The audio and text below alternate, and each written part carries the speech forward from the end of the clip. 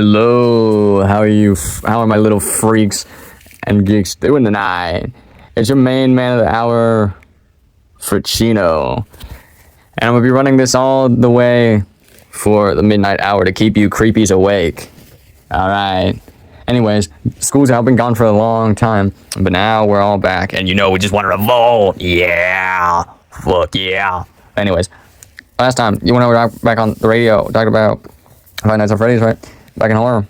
And if you've seen the new issue of Fangoria coming out with Guillermo del Toro's Frankenstein, newest adaptation. Now, I must say, I don't know if you're going to get spoilers from this if any of y'all have read the book and are like a smart nerd like me.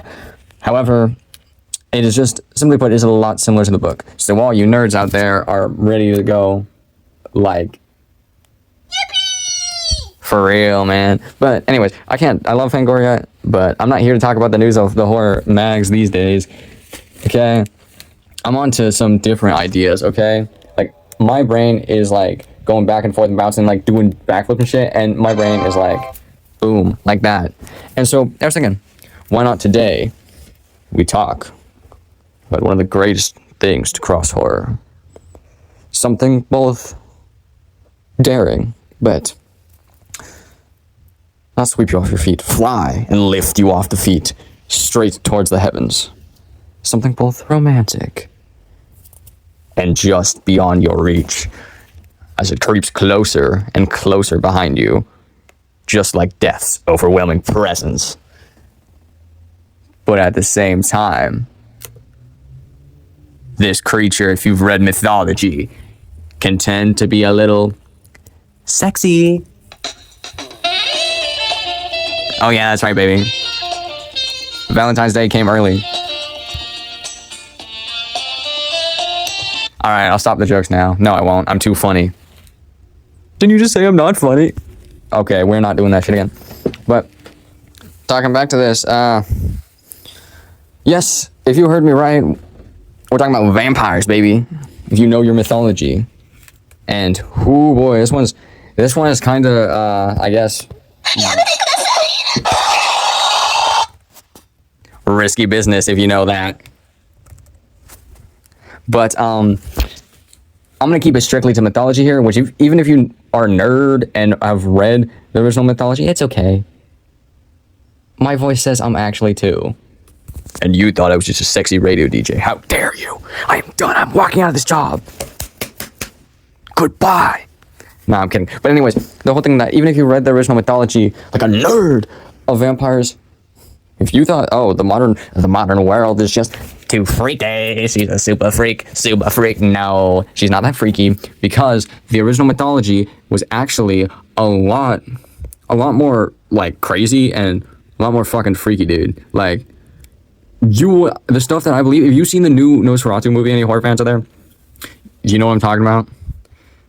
The thing with the chest, like, the thing with the chest, and then the one thing I found out with the, how they killed people, what they did to make them die, like, what the fuck even is that? Like, really? Okay, but anyways, one thing that a movie that has always been great at what it does and has always held a special place in my heart, but held a special place in someone else's heart a little bit more, it both captures the goofiness with vampire, the, like, silliness, but also the dark and, like, genuine seriousness that comes with not only running for your life from a vampire, but also being ever entranced in their stare, like a deer in headlights.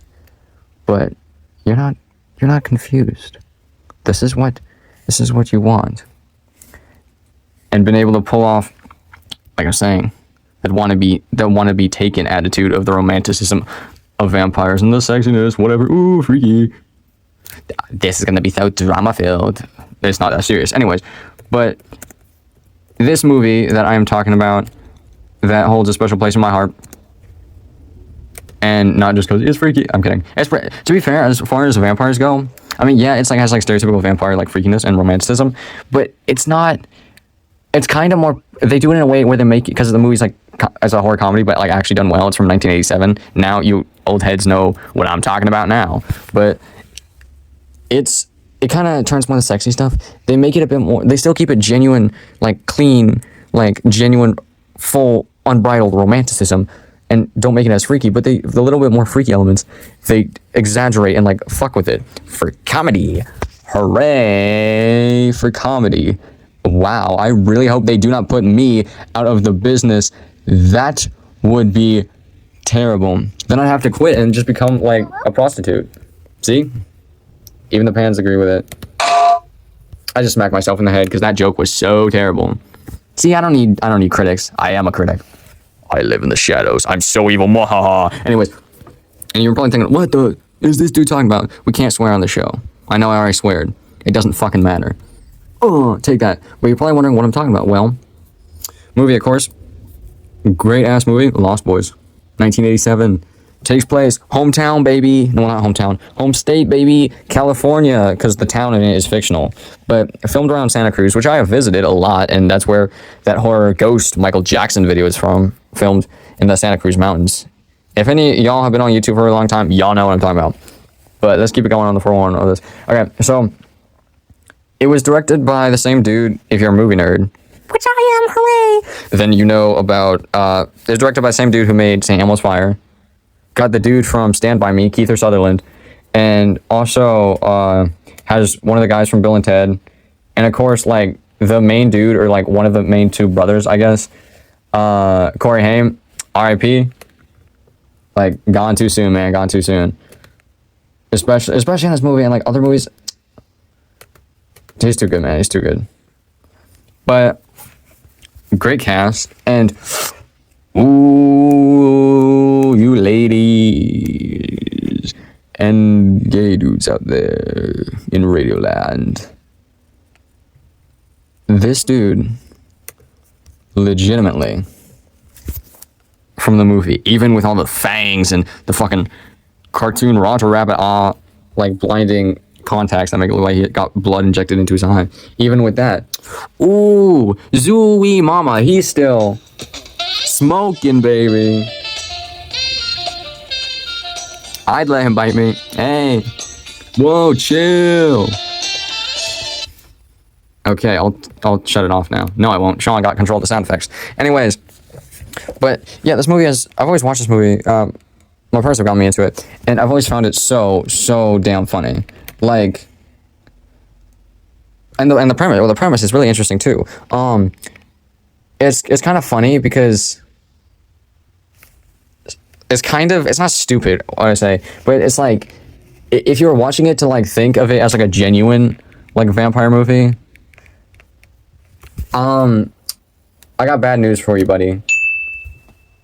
Sean, you played the wrong sound effect. Boo, get off the stage. I'm just messing with him. He did that on purpose because we're ironic. Subtle humor, baby. But no, my point is, yeah, you would not be correct because it is not a straightforward approach at all. It's basically some dude and a bunch of like other like bad boys. They're so cute and so bad. But what he doesn't know is not only are they bad, they're vampires. I can't believe he wouldn't know that. Alright, we're back, baby. Still running the midnight hour hot. It's coming close in 1 hour. No shot, baby. And giving you the 411, that was our special guest, Chance, on some of the facts about the Lost Boys and some of what the story is about, but also what horror fans out there personally think of this great movie. Now, if you night owls are still up for more, we've got some new cool hip happening music on this Friday night.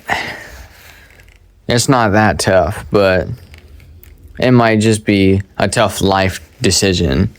Anyways, guys, new indie band Unlocked.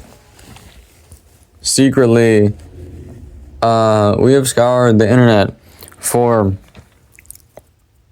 some indie band, and we have talked to them to see if we can play their stuff on our radio today.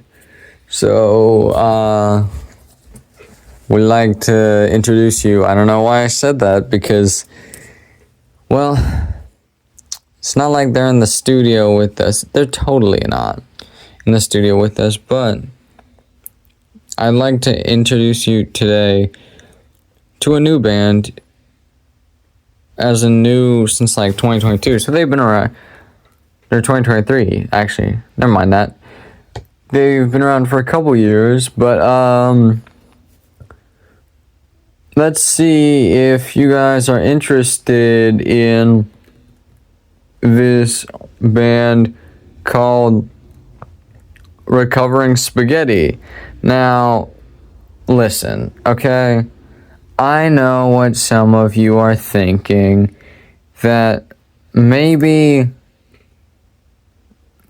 the name of the band is a little silly. However, what I'm thinking, maybe you should listen to it and give it a chance. Alright. With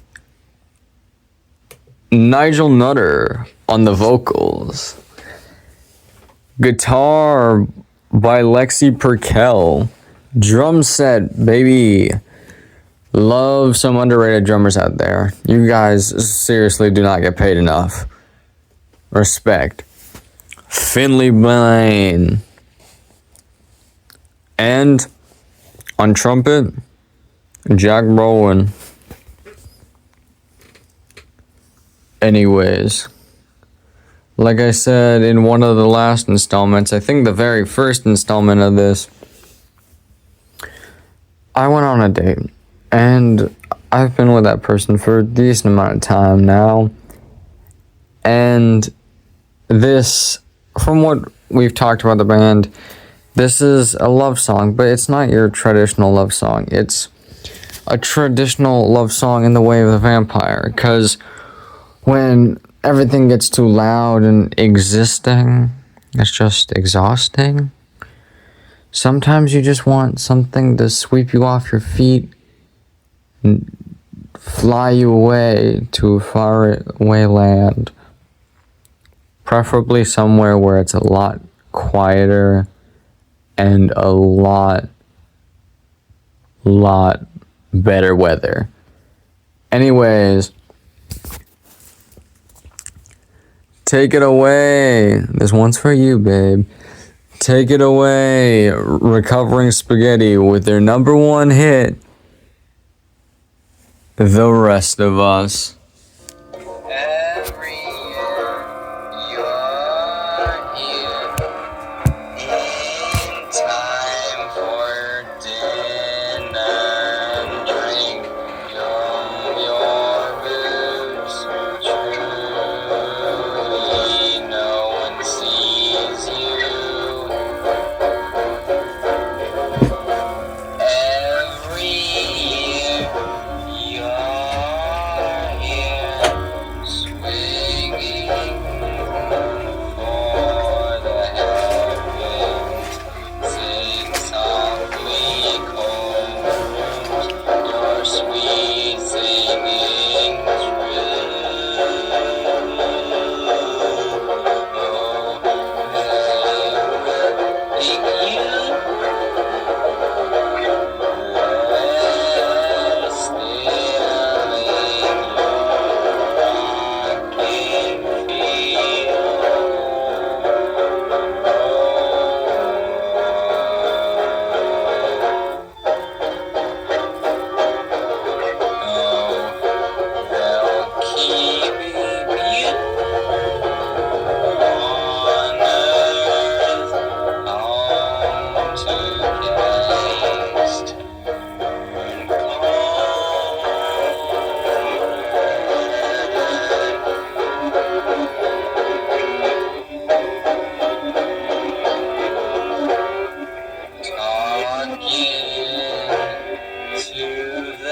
make did you stare them just living your life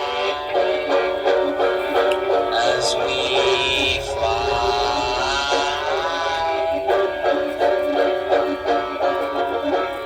Talking to the night, the don't mistake your truth. Trick them,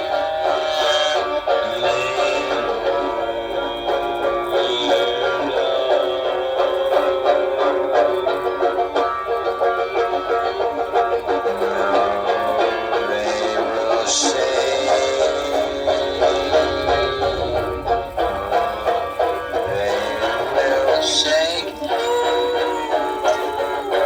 They're stealing your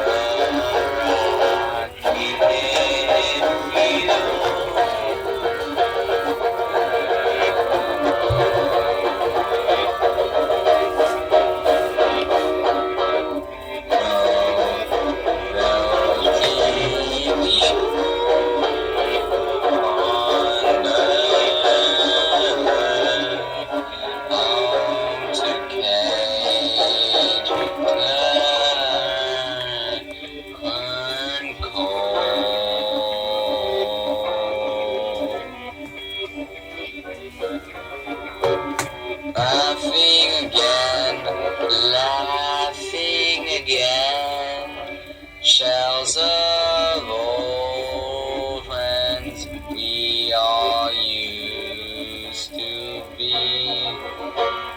You all used to be.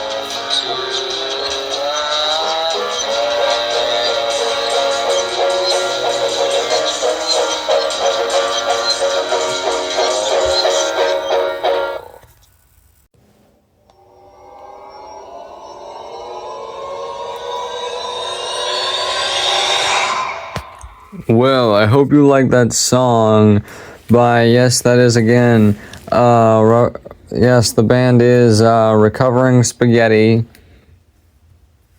Said they just got named by putting a name into the hat. Never fails, never fails. Canada did it for their country name. Never fails to work. God, I am so funny. Just, if I'm not funny, someone shoot me right now.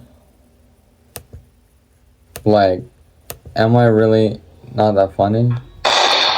Wow. That one came late, Sean. What? Oh, please, I'm just goofing. Okay.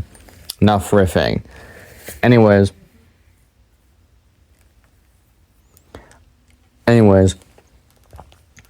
I have talked on and on. I have yapped your little ears off. However, I should have just nibbled them off. We are talking about vampires after all. And like I said, you should totally, not even if you love vampires, but also if you just love horror. And I know some of you dirty freaks out there love horror. Then you should totally watch the new Nosferatu movie. Because it is just gripping with commentary and horror and romanticism, but also it's little, how you say, freaky. Now that one's sassy. I'm fucking with you again. But anyways, my ultimate point is go out there, go support the artist. The dude who made it, if you're a horror fan, he made The Witch, he made The Lighthouse. Go check those out. They're very suspenseful, very mysterious, but very dope ass horror movies. For Chino certified, baby. But yeah, it was new band Recovering Spaghetti, and that was their hit. I mean, I say hit, but just kind of mildly famous on some services. I'm not talking charts here. We're not that professional. It's fine. Don't be stressed about working here. We're not professional. It's fine. But that was their quote unquote hit. The Rest of Us. And like I said, it's a romance song. It sweeps you off your feet, just like Flame of Lunettes. If you know that song, that's for French. That's a movie reference. A great soundtrack, and it had me in tears, man. But anyways, my point is that it's more inspired by the romanticism of the vampire. Being romanticized by someone taking you away and someone being mysterious and ooh, wait, what's that sound over there? And just sort of the loveliness of darkness,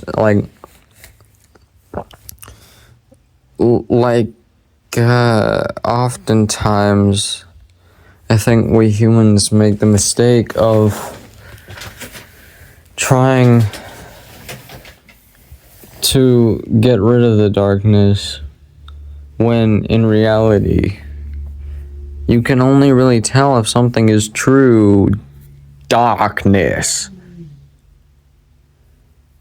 is if it can't be cleansed. That is why you need to work with it, because you were born in the darkness. You were merely adopted by it. I was born by it, molded by it, shaped by it. It's a Batman reference, but you peeps stay locked out there. Also, checking out a 3-day weekend, Martin Luther King Jr. Day, baby. Which, I mean, going in onto that, because this weekend, next Friday, we're gonna talk about some of the black ideas, black actors, black stories, baby, in horror. Okay? So keep that one ready. And fun fact, even though that is actually the 19th, his birthday was actually a day ago. It doesn't exactly align, but they did it for the weekend. They said we were living for the weekday. No, it's a holiday that deserves to be celebrated. He differed a lot different than, I mean, you know, of course, was similar to Gandhi, because a lot of people know that, at least from what I know. But took a different approach than Malcolm X originally. It was like sort of a different thing. Malcolm X, he got to be a lot similar to MLK over time, but yeah, originally it was like, and it wasn't like one was like, oh, I am right, you are wrong, or like, it wasn't like that. It was more like a spirited debate. It was like more like, well, it's like, personally, I think we should run this by doing this because I think this is more safe. I think being peaceful is more safe. It's more successful and whatnot. And then Malcolm X is, you know, kind of disagreeing with that and whatnot. And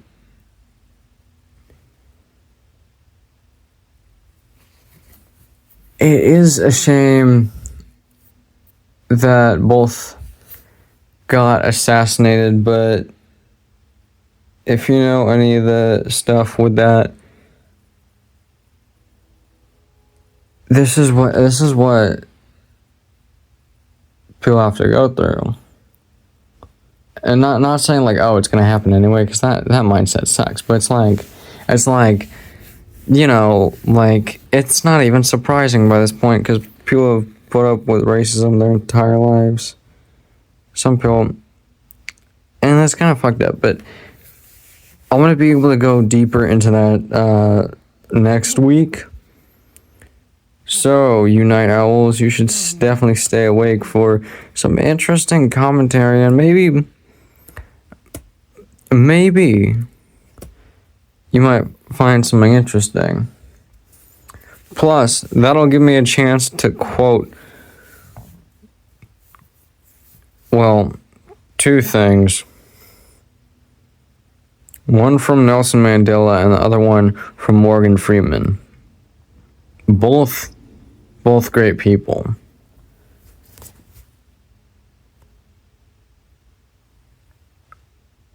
At least with that stuff, anyways. But yeah, it's kind of like what I was saying. It's like the whole romanticism sweep you off your feet. And that song that I just played, I quite love how the banjo is both creepy, has you on your edge, and disturbing. Played by Lexi Perkel once again. And it's both creepy, disturbing, and like whatever, keeps you on your toes. Definitely, it had me on my tippy toes. I was like prancing around, scared for something to happen. However, it's both almost like it's like soothing. I mean, not soothing in a way to put you to sleep, you know, not like me and my sexy voice, baby.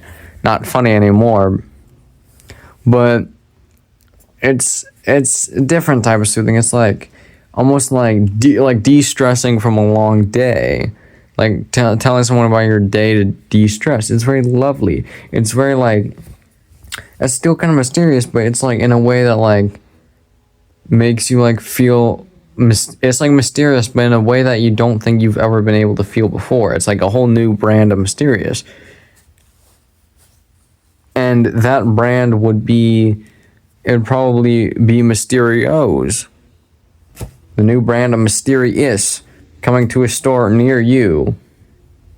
But anyways, the whole thing with that is it's actually not only just like a different feeling entirely, not just mysteriousness, but like something you can't comprehend. You've never been able to feel like this.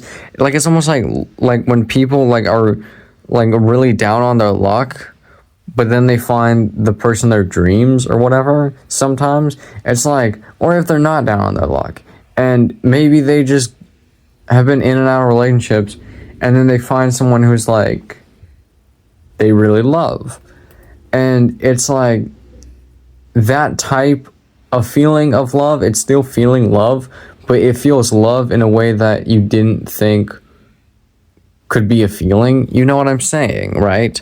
I know it's confusing. I get that from my mother.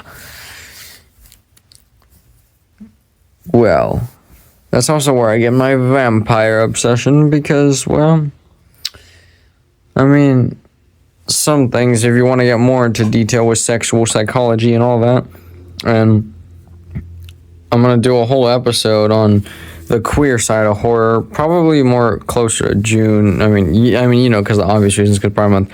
But, I mean, also because if it's set up around that time, that could give me an interview, even though I'm already queer myself. That could give me an interview of someone who is definitely more involved with horror, but who's also queer, while I'm just queer in general. So, you freaks and geeks out there, stay tuned for that and the next episode, which is going to be the black side of horror, to see what these great people have been able to craft in this comforting and genre that just kind of I don't know, puts your mind at ease. I wouldn't say that, but like, it's like, it's like horror comforts you. It's like, you know what I mean? Like, it's like you're scared, but at the same time you understand the darkness. You can relate. Everyone, no matter who you are, can relate to darkness in some way.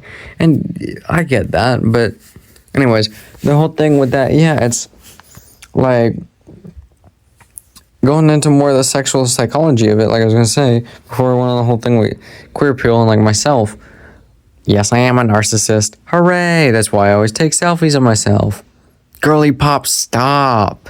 Anyways, I'm going off rants. I'll rant around. My whole point is that I quite find the sexual psychology of like vampires and like people and all that interesting, because like if you think about it, a lot of people probably inherited little things, not even just like, oh, they're freaky, but just like little things that they like hypothetically, if some people find, not even just like, yeah, not anything crazy, but like if you just think people with freckles are more attractive than people without freckles, or if you think, I don't know, bald people are more attractive than people with hair, even if it's just like something where it's just like, you know, just like what someone looks like and what you're attracted to, and that's not like too freaky, you know, even with something like that, it can always be inherited by your parents. Like your parents might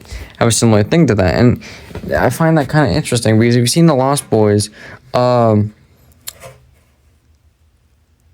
kid's mom, she goes on this date with this dude, and the younger kid, played by Corey Haim, RIP, is like convinced that he's a vampire.